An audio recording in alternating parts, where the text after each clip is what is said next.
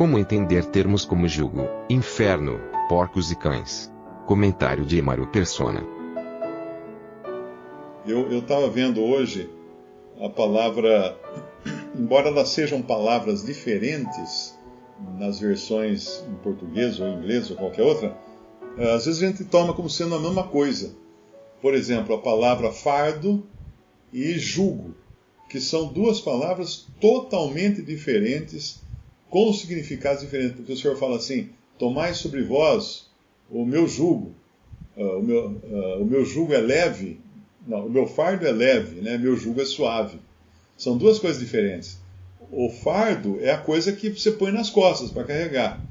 Por isso que os escribas são acusados pelo Senhor de colocar pesados fardos sobre os seus seguidores.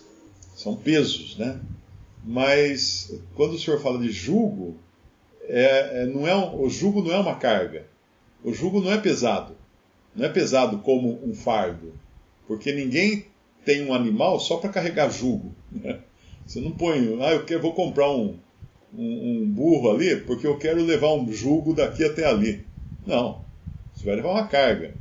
Então você compra o animal, compra um par de animais, e para amarrar um no outro você usa um jugo. O jugo só faz isso. Ele só amarra um animal no outro. Aí os dois vão levar uma carga que seria pesada demais para um só levar. Por isso que fala do jugo desigual também, né? Que é quando você tem um cavalo e um jumentinho, porque daí fica tudo torto assim, ó. O passo dos dois é diferente. Você tem um boi e um cavalo, o cavalo é rápido, o boi é lento, o cavalo não tem tanta força, o boi é mais forte. Então o jugo vai ficar fazendo assim, vai ficar jogando, né? Então essas coisas são interessantes para você descobrir a origem da palavra. Por exemplo, inferno. Você vai encontrar no original, o que está inferno na nossa Bíblia em português, você vai encontrar, se fizer procurar essa referência, você vai encontrar Hades. E Hades não tem nada a ver com o inferno que a gente imagina que seja o inferno, que seria o lugar do fogo eterno. Não, o Hades não. O Hades não é nem mesmo um lugar físico. O Hades é uma condição de desencarnado. Então, aquele cara foi para o Hades. Sim, porque ele foi desencarnado, agora está desencarnado. O Senhor Jesus ficou no Hades até ele ressuscitar. Ou em Hades, né? Não deixarás que a minha alma permaneça no Hades. Então, antes que corrompesse o seu corpo, ele recebeu de volta o seu corpo ressuscitado. Foi tirado do Hades, da condição de Hades. Nesse momento, os perdidos estão no Hades e os salvos também estão no Hades. Por quê? Porque eles não estão com o seu corpo.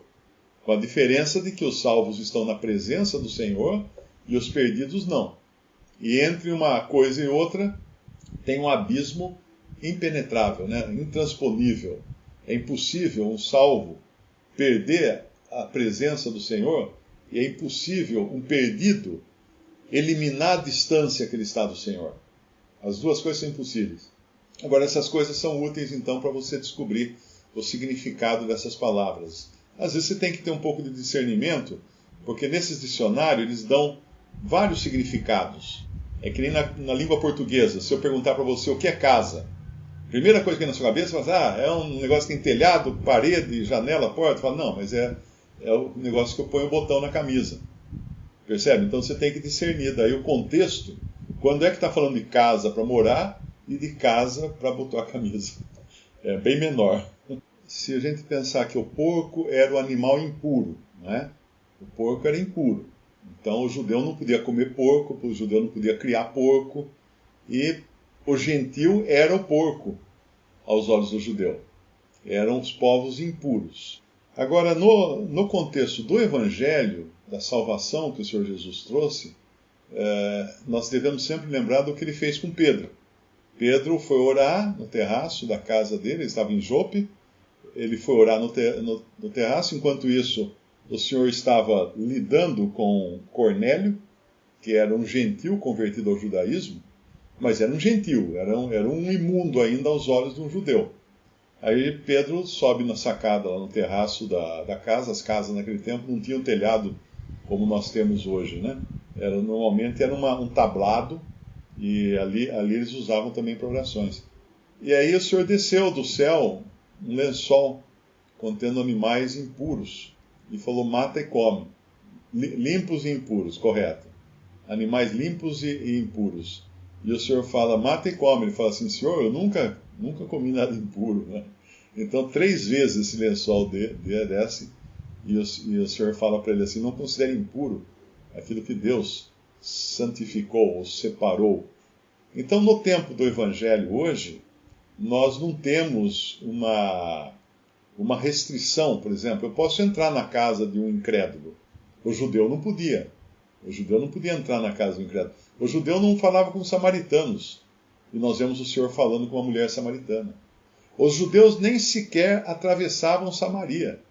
Eu li uma vez um comentário que, para ir de um lugar a outro, que passasse por dentro da região de Samaria, os judeus davam a volta, pegar uma estrada mais longa, só para não atravessar Samaria, porque era o território dos samaritanos. O samaritano era um povo gentil que foi introduzido na terra de Israel depois que as 10 tribos foram levadas cativas. Então, para que a terra não ficasse selvagem, o rei invasor trouxe povos de várias nações, contratou sacerdotes e levitas judeus para ensinar judaísmo a esses povos, para manter a cultura da terra. Os caras eram preocupados naquele tempo, olha só. Manteve a cultura da terra, né? Se bem que uma cultura totalmente artificial. Tanto é que até hoje os samaritanos têm os sacrifícios de animais, fazem adoração tipo judaica, mas os judeus odeiam eles porque eles são os piratas, é o judaísmo pirata. Então os judeus não podem nem ver samaritano. Então, mas aí quando nós vemos que o Senhor Jesus parou para comer, ele quis atravessar, ele quis ir a Samaria. Importava, porém, ele passar por Samaria. Por que importava? Porque tinha uma mulher lá que ela precisava escutar o Evangelho.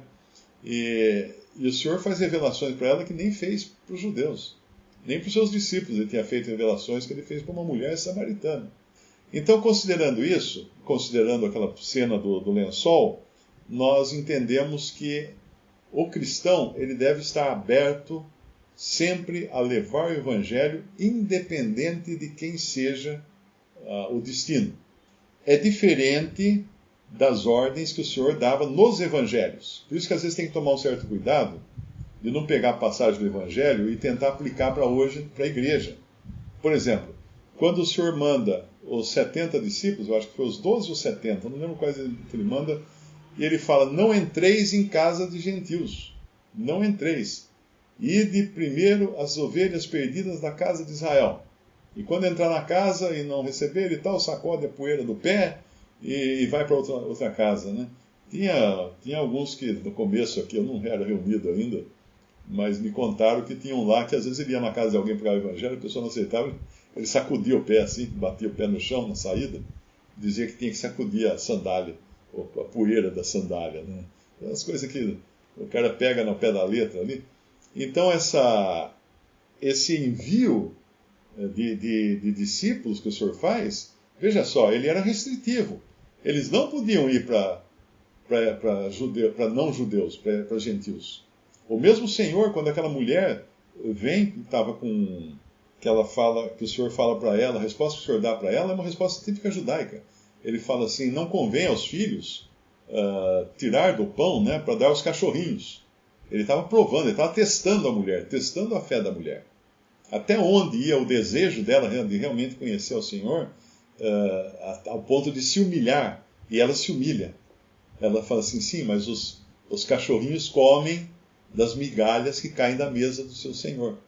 É isso que ele queria, isso que ele queria ver nela. Essa humilhação nela, para ver que ela realmente era uma gentia, mas uma gentia que estava disposta a qualquer coisa para receber a bênção do Senhor. Então, quando nós lemos essas coisas, entendemos, por exemplo, que cães, para o judeu, o cão era um animal impuro. Paulo fala: com cães lutei, em Éfeso, né? Acho que é isso que ele fala. Porque ele vai falar em Mateus: não deis aos cães, Mateus 7,6, Não deis aos cães as coisas santas, nem deis aos porcos as vossas pérolas. Não aconteça que as pisem com os pés e voltando-se vos despedacem. Mas eu acho que tem uma passagem que Paulo fala, né? Com cães ou com feras lutei. Filipenses, guardai-vos dos cães. Guardai-vos dos cães. Apocalipse 22 fala assim, ficarão de fora os cães, e os feiticeiros, e os que prostituem, os homicidas, os idólatras. Os cães são os impuros, são os incrédulos, são os gentios na concepção judaica. Paulo acho que fala lutei, combati, não é contra cães, contra feras, eu acho que ele fala. Mas de qualquer maneira, aqui é feras, né? Aqui quando o Senhor fala para não pegar as coisas santas e jogar para os cães, e nem aos porcos, as pérolas, é para ter o discernimento não de hoje nós restringirmos a mensagem do Evangelho como ela era restrita. Nós encontramos até no Evangelho o próprio Senhor fazendo isso, restringindo, né, quando ele manda pregasse só para judeus. Mas quando os judeus o rejeitaram, aí ele abre para todo mundo. Então aqui é mais no sentido particular do discernimento da recepção que vão ter essas verdades que para nós são coisas santas e são pérolas. Então se você começa a pregar o Evangelho para uma pessoa, ela começa com zombaria, com brincadeira, com desonras ao nome de Cristo, se você continua, e às vezes é uma rodinha, né, de zombadores, se você continua, você é culpado de dar combustível para eles. Porque eles não vão melhorar. Eles vão ficar cada vez zombando mais e cada vez falando coisas mais profanas, mais impiedosas a respeito da pessoa de Cristo. Então nessa hora você vira as costas e cai fora. Porque você não quer dar combustível, botar lenha nessa fogueira deles. Entrega para o Senhor, fala, bom, vou falar para outro. Não é? Então é bom ter esse discernimento. É muito comum a gente perder esse discernimento em listas de discussão na internet. Essas listas de debates por WhatsApp. Eu já participei muito disso. Eu confesso que eu participava de listas, né? Na época era por e-mail essas listas. Inclusive tem um irmão que eu conheci nessas listas. Ele veio depois a congregar e acabou casando com a Graziella. O Zé Peleteiro, lá do Rio de Janeiro. Foi numa dessas listas que nós nos conhecemos. Ele estava indo numa igreja adventista. Assim. Então, a gente tem que ter esse discernimento, porque se você continua o papo, eu tenho uma resposta pronta agora. Quando eu começo a explicar para a pessoa pergunta, depois ela rejeita, e chega uma hora, eu escrevo assim, então tá. Aí você deixa o sujeito furioso, né?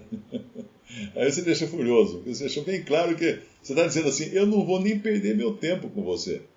Mas é bom não perder o tempo, mesmo porque é uma pessoa que ela é um cético, é um ateu, ou é um inimigo da cruz de Cristo, e se você continua falando, ele só vai aumentar o vocabulário de maldições e de profanidades que ele tem.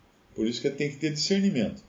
Chega para os porcos, né, no sentido dos gentios, dos incrédulos, prega o evangelho da graça de Deus.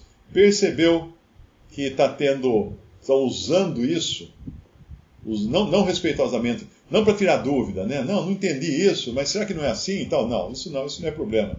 O problema é quando o cara começa com zombaria, com gozação. Ateu gosta de fazer isso, porque a insegurança deles é tão grande que eles precisam defender o ateísmo deles, né? Então, normalmente eles revidam com palavrão, com um monte de coisa. Aí você pula fora, aí sai fora porque não vai... E por isso que é importante tomar cuidado também de não se intrometer. Por exemplo, tem lá um grupo de ateus, um site de ateus ou um canal de ateísmo. Não vá lá dar o seu piteco. Ou um perfil no YouTube que é de ateus ou de feiticeiros ou de bruxas. Né? Não vá comentar nada lá. Porque você está indo no ninho da cobra. Para comentar coisa lá, só vai enfurecer aquelas serpentes, e os que estão ali são todos seguidores daquela cobra, e eles vão começar a cuspir veneno para todo lado. Então não mexa no ninho de cobra, não. Vá ao interessado e fale ao interessado. Aliás, tudo que é feito em grupos assim, fechados, né, de grupos de discussão, então, é um problema, porque a pessoa no grupo, ela nunca vai querer ser inferiorizada. Ela nunca vai querer dar o braço a torcer, porque ela tem orgulho. E se você a contesta na frente de todo mundo com uma contestação bem construída, bem elaborada, bem firmada na verdade, isso vai humilhá-la. E ela vai rejeitar, não tanto pelo argumento que você colocou, mas ela vai rejeitar porque ela não quer abrir mão do seu ego, não quer dizer que perdeu aquela parada. Ela vai lutar até o fim. Às vezes, aquela mesma pessoa, numa conversa privada com ela seria muito mais receptiva. Mas numa conversa pública, é o sintoma da boiada, né? Os caras em grupo, eles são mais fortes, eles são sempre mais valentes em grupo. Separa um do grupo, aí não consegue fazer nada. Então percebeu que vão pisar nas suas pérolas? Percebeu que são cães que vão morder as verdades que você tão cuidadosamente conserva? E é um cuidado constante, viu? Porque às vezes a gente dá munição para esses porcos.